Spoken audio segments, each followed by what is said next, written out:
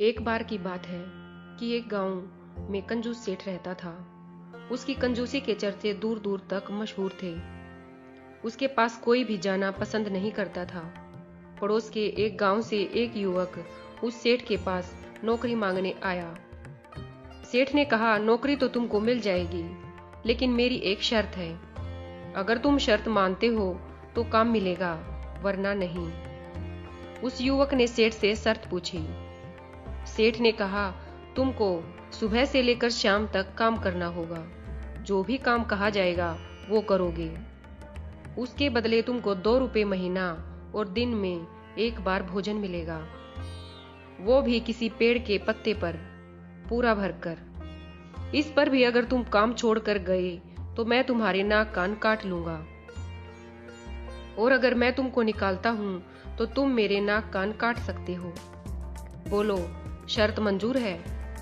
युवक मजबूर था। उसने सेठ की शर्त मंजूर कर ली। इसके बाद युवक सेठ के यहाँ रहकर काम करने लगा।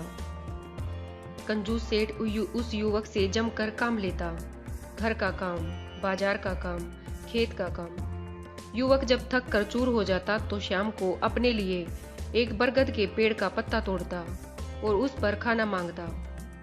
बरगद के छोटे से पत्ते पर जरा सा खाना आता। पूरा पत्ता भरकर खाने के बावजूद वह भूखा रह जाता। धीरे धीरे उस युवक की तबीयत खराब होने लगी। बिना खाए काम करते करते उसका शरीर कमजोर हो गया। 1-2 महीने के बाद उसके अंदर काम करने की ताकत ही खत्म हो गई। लेकिन अगर वो काम छोड़ता है तो उसको सेठ के हाथों अपने नाक कान कटवाने पड़ेंगे। इस डर से वो काम करता रहा। लेकिन एक दिन उसको लगा कि अगर वो इसी तरह काम करता रहा तो वो मर जाएगा, और मरने से अच्छा है कि अपने नाक और कान कटवा लिए जाए। इसलिए हारकर उसने सेठ से कहा, सेठ जी, मैं काम छोड़ना चाहता हूँ। सेठ ने ये बात सुनने पर अपनी शर्त दोहराई। युवक ने कहा, जैसा आप चाहो वैसा करो, लेकिन मुझे इस नौकरी से मुक्ति दो। सेठ ने चाकू से उस युवक के नाक और कान काट लिए और सेठ ने उसको काम से निकाल दिया। नाक कान कटवाकर अपने घर पहुंचा। घर पर उसके भाई शेख चिल्ली ने जब बड़े भाई की हालत देखी तो उसको बहुत गुस्सा आया। उसने पूछा, तुम्हारी ये हालत किसने की? युवक ने अपनी पूरी कहानी शेख चिल्ली को सुना दी। शेख चिल्ली बोला, तुम चिंता मत करो भैया, मैं उस सेठ से तुम्हारा बदला लूंगा। शेख चिल्ली ने कमर कसी और उस सेठ के पास नौकरी मांगने पहुंच गया। उसने सेठ को ये नहीं बताया कि वो उस युवक का भाई है जिसके सेठ ने नाक और कान काटे हैं। सेठ ने शेख चिल्ली के सामने भी वही शर्त दोहरा दी। शेख चिल्ली ने सेठ की पूरी शर्त मान ली। अगले दिन से शेख चिल्ली का काम शुरू हो गया। सेठ ने पहले दिन शेख चिल्ली से कहा, जाकर बैलों को पानी दिखा आ। शेख चिल्ली गया और दोनों बैलों को तालाब के किनारे खड़ा करके लौट आया। शाम तक बैलों का प्यास के कारण बुरा हाल हो गया और उनमें से एक बैल मर गया। सेठ ने शेख चिल्ली से पूछा, ये बैल हाफते हाफते मर कैसे गया? क्या तुमने इसको पानी नहीं पिलाया था? शेख चिल्ली ने कहा, नहीं तो। सेठ ने पूछा, फिर मैंने तुमको किस लिए भेजा था इन्हें लेकर? शेख चिल्ली ने कहा, आपने बोला था कि पानी दिखा ला, सो मैं पानी दिखाकर लौटा लाया। सेठ ने कहा, हाय मेरे करम, अबे गधे, जब कोई काम कहा जाए तो एक काम बढ़कर करना चाहिए, एकदम बातों पर नहीं जाना चाहिए, समझा? इसके बाद शेख चिल्ली का खाने का समय हो गया।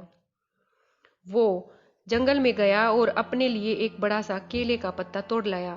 सेठ ने पूछा, ये क्या है? शेख चिल्ली बोला, पत्ता है सेठ जी, खाना दो पूरा भरकर।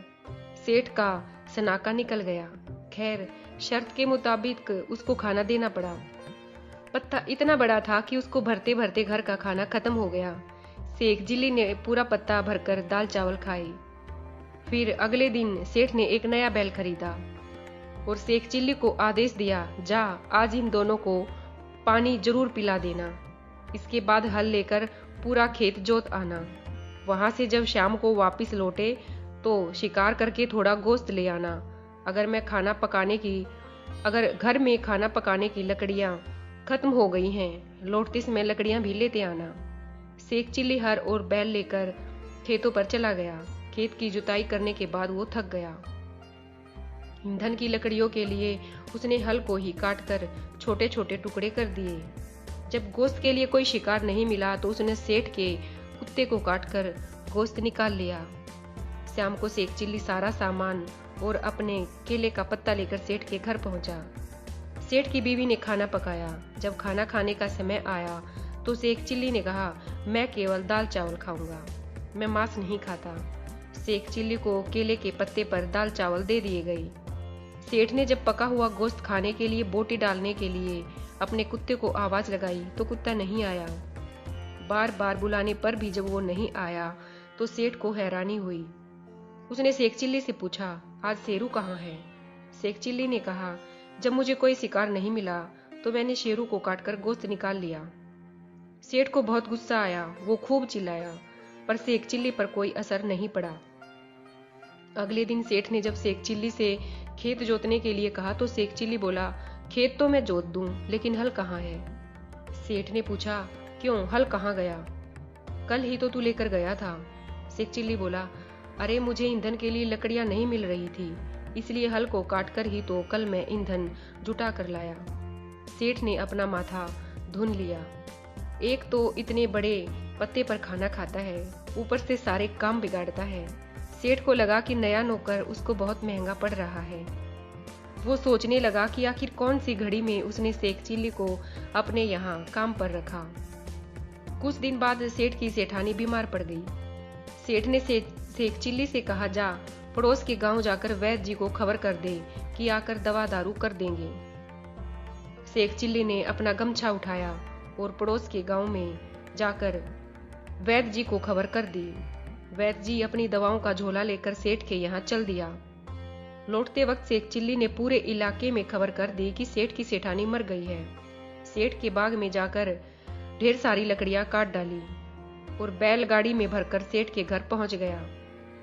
वहां सेठानी की मौत की खबर सुनकर पूरा गांव सेठ के यहाँ जमा हो गया था। सेठ सबको समझा रहा था कि सेठानी मरी नहीं है, बस थोड़ी बीमार है। इतने में वहां से एक चिल्ली लकड़ियों से भरी बैलगाड़ी लेकर पहुंच गया। सेठ ने पूछा, अरे कमबख्त, अब ये लकड़ियां क्यों उठा लाया? शेख चिल्ली ने पूछा, क्यों सेठ जी, लकड़ियों की जरूरत नहीं पड़ेगी क्या? सेठ का चेहरा तमतमा रहा था। अबे फूकूंगा तो तब जब वो मरी होगी, अभी तो वो जिंदा है। शेख चिल्ली बोला, तो थोड़ी बहुत देर में मर जाएगी। सेठ को बहुत गुस्सा आया। मैं तेरा सिर फोड़ दूंगा, ये सब तू मेरे साथ क्यों कर रहा है?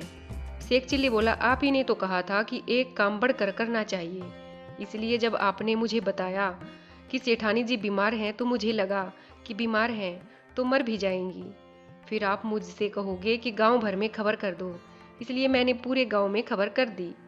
फिर आप बोलते कि फूकने के लिए लकड़ियां ले आओ, इसलिए मैं आपका बाग काटकर लकड़ियां ले आया। अब बताओ मैंने क्या गलत किया? अपना चहेता बाग कटने की बात सुनते ही सेठ का गुस्सा 7वें आसमान पर पहुंच गया और वो शेख चिल्ली को गालियां बकने लगा। उसने कहा कि जा, दूर हो जा मेरी नजरों से, मुझे नहीं कराना तुझसे कोई काम। शेख चिल्ली बोला, चला तो मैं जाऊंगा, लेकिन आपको शर्त याद है ना, अपने नाक और कान मुझे दे दो, क्योंकि अब आप मुझे निकाल रहे हो, मैं खुद नहीं जा रहा। और शेख चिल्ली ने उसके नाक और कान काट लिए। सेठ के नाक कान शेख चिल्ली ने अपने गांव जाकर अपने भाई को दिखाए तो सब बहुत खुश हुए। धन्यवाद।